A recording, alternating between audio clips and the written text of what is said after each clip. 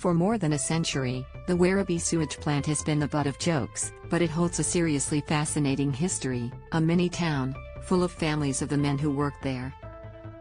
At its peak in the 1950s, 500 people lived in the town. We used to have Christmas parties, and we had Santa turn up at the school, laughs Pam Sadler. We sort of knew who he was, but he came on the back of the truck and gave presents out to everyone. Pam and her siblings David and Barry come from a long line of farm families. Their great-grandparents were among the first to live and work there in the 1890s.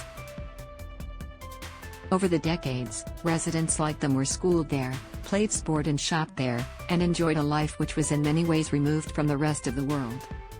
We had a terrific education, Pam says. I think it was really broad. We had no specific subjects, we learnt a lot of everything, and because there were only a couple of kids in each grade, we all learned from each other. The sewage plant, which is the size of Phillip Island, was established in 1893 because the stench in Melbourne had become unbearable. The big smoke was on the nose. They purchased land off the Churnside family, who were sheep owners at the time, says author Monica Schott. Because the place was so far from Melbourne, then all the workers and their families had to live here. Monica has spent years tracing the lives and stories of the families who lived on the farm for her recently published book, The Faraway Land of the House and Two Cows. In researching sewage town communities around the world, she says the Werribee settlement was the largest she's uncovered. The 4 schools were crammed, the kids were locked in like sardines. While the residents were free to come and go, the mail run kept them in touch with the outside world. At the helm of the Werribee Sewage Farms post office was Marjorie O'Connor, postmistress for the final decade before it closed. Unlike most standard deliveries today, she didn't deal with many parcels, unless it was a birthday or Christmas. It was mostly mail and post-it notes, which I don't even know if they have anymore.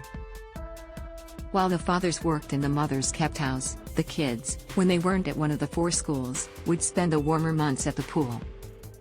It's a little worse for wear these days, but the memories are very much intact. The pool was special, because that was the main focus of our social life, says Pam.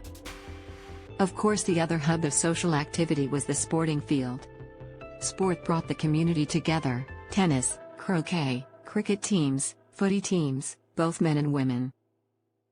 Among those most likely to be found kicking a ball was Margaret Hassett, who, along with a friend, organized for women's football to be played in the 1950s, and captained the side.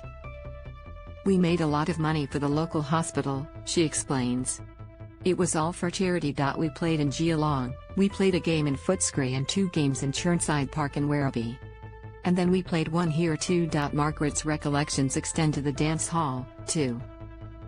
Now refurbished, it provided its own form of competition. The football club had their dance in there every Saturday night, she says. If I was a good girl, I was allowed to go. But I was 17 and I was belle of the ball in that hall. The families lived through 2 world wars and other global challenges. You had the Depression and economic downturns, and yet they had food here that they could hunt, explains Monica. Every family was given 2 cows for milking, and so they had their own milk, and made their own cream and butter. Like any story, Terryson ending. When the last of the residents moved out in the 1970s, those sounds of a small city fell silent. But the memories have endured. The best days of my life, living here, smiles Margaret. I loved it, absolutely loved it. More information about Dr. Monica Schott's book can be found at monicashott.com.